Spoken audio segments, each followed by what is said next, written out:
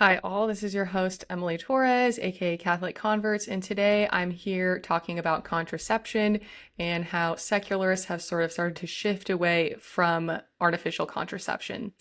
All right, so to start, let's talk about what the Catholic Church believes about contraception and why. So let's define contraception to kind of start us off. According to Humanae Vitae, published by Pope Paul VI in 1968, he defined contraception as, quote, any action which either in anticipation of the conjugal act, sexual intercourse, or in its accomplishment, or in the development of its natural consequences, proposes whether as an end or as a means to render procreation impossible. So, in simple speak, this is basically any sort of sterilization, using condoms, using IUDs, using the birth control pill, or using the pull-out method. Any of those, anything that can be classified in that, that would be considered contraception, and the church would say that is immoral. So why does the church teach this? In general, it's because contraceptives diminish the dignity due to the marital act. And how does it do this? I'm going to give you a formal philosophical argument. So something is good insofar as it fulfills its function well. So for example, a pen that is good is one that writes well. If your pen does not write well, if it sucks, you throw it away because that's a bad pen. But when your pen writes really well, the ink is always very smooth, you're going to say, oh yeah, this is a good pen. Okay, so that means that good sex or good marital intimacy is one that performs its function well. So we have to ask ourselves, what is the function of sex or of the marital act? And very clearly, the answer should be procreation.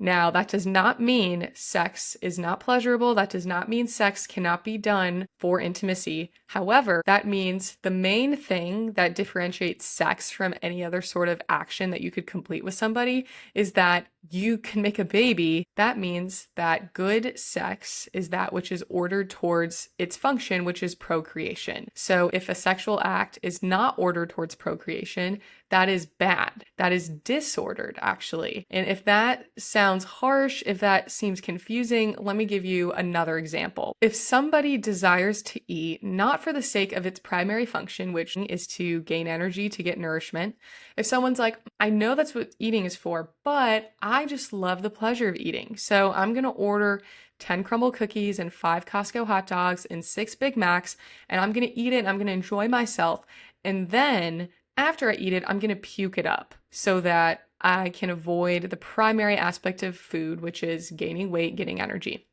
We would all look at that and say that is extremely disordered. That is disordered behavior. That's actually classified as an eating disorder, right? And so similarly, we should look at sexual acts which are not ordered towards its proper end, namely procreation, as disordered. That's also disordered because instead of fulfilling the function of the act, you're taking the act away from its primary end, and that's wrong. So, and also in a similar vein, somebody can eat and not eat just for the sake of nourishment. They could say, you know, I'm at a party, let me just eat a few hors d'oeuvres, let me enjoy myself. That's all fine, right? And similarly, married couples could say, I'm gonna have sex with my spouse because I love them and I want to have this intimacy with them. And they don't have to have in mind, oh, I want to make a baby tonight. And that's okay. You just can't be ordering the act away from its proper end. That's where it gets wrong and disordered. Now, what does the Bible have to say about this? The Bible gives us a very clear story of God's feelings on contraception in Genesis, the story of Onan, right? I'll quote this passage from Genesis 38. Judah said to Onan, go into your brother's wife and perform the duty of a brother-in-law to her and raise up offspring for your brother. But Onan knew that the offspring would not be his, lest he should give offspring to his brother. And what he did was displeasing in the sight of the Lord, and he slew him also. Okay, well, so in the Old Testament, there was a command that if your brother were to die before having children, that his brother would have to engage in actions with his wife to bring her a child within their lineage. So Onan knew he had this responsibility, but he was thinking, no, I don't want to have children with this lady because it's not going to be my child. It's going to be considered his brother's child who had died. And he didn't want to do that. So instead, he did, the pull-out method, which is what it's commonly known today. And what did God do in reaction? He killed him. And you might be thinking, and what a lot of Protestants say is, oh, God killed him because he disobeyed him. And on the face of it, you could be like, yeah, okay, sure, like disobeying God's bad, but think about it for a second. God specifically told Adam and Eve, hey, do not eat from that tree. And they ate from it. And then what happened? God didn't kill them. I mean, they were dead spiritually at that point because they had disobeyed God, but God did not kill them like he did Onan, or consider Cain, how he killed Abel. God didn't kill Cain after he murdered his own brother. So clearly what Onan was doing was extremely wicked in God's sight for him to intervene and just obliterate him from the face of the earth. And it gets even weirder because when you go to Deuteronomy chapter 25, the punishment for doing something like this is not death. It's public humiliation. So if somebody fails to fulfill this command to provide your brother with offspring after he passes, they are not supposed to be executed for that. They're just supposed to be publicly humiliated. So clearly God chose to give him this sort of punishment because what he was doing was extremely wicked. And what he was doing was contracepting. He was having a disordered sexual act with this woman, and that was wrong. And yes, of course, he was disobeying the command as well. That was bad. But he also was having a disordered sexual action with this woman. And up until the 1930s, all Protestants, generally speaking, were against contraception. This was something that wasn't super controversial until in the 1930s, the Anglicans decided to come together and have a little conference about contraception. And then they all just decided, oh yeah, it's fine now. And then over time, Protestants and even Orthodox Christians began to accept contraception as morally licit. The Catholic Church is the only church that has really preserved this claim that contraceptives are evil. They are gravely disordered and we cannot accept them. So, as one might expect, the church is commonly viewed as being outdated for having this belief. I've heard it all the time, right? Like, I almost don't tell people, the people tend to know, oh, the church is against abortion, the church is against gay marriage, yada, yada. They don't realize, oh, the church is also against contraceptives. They're against the birth control pill. That's pretty wild when people hear about that. They're pretty shocked, I would say, when I tell them that. So, most people don't even realize that we're against it because it just seems so normalized in everyday culture. But yeah, we are against it. And I think it's kind of funny though, because the birth control pill in particular has become less and less popular and more criticized in our culture now, especially in America. So, for example, the birth control pill, according to modern research, has been consistently linked with an increased risk of cancer, stroke, and depression. There's plenty of anecdotal evidence where women are coming out and saying that they severely struggled to conceive a child after being on the birth control for years and years and years of their life and then getting off of it. This idea of, oh, I can have this pill messing up my hormones, messing up my cycle, messing up my body for years, and then I can get off of it and everything's going to be fine and dandy. That's just not true. And plenty of women have spoken out against how horrible it's been transitioning from being on the pill for many years to getting off of it. Now, ironically, when women received this message from Pope Paul VI, from the Catholic Church, where the church came out in 1968 and said, yeah, we're not going to go along with contraceptives, we're not going to permit it, that was perceived as pretty wild, right? Like, who is this Pope guy who's a man, who's celibate?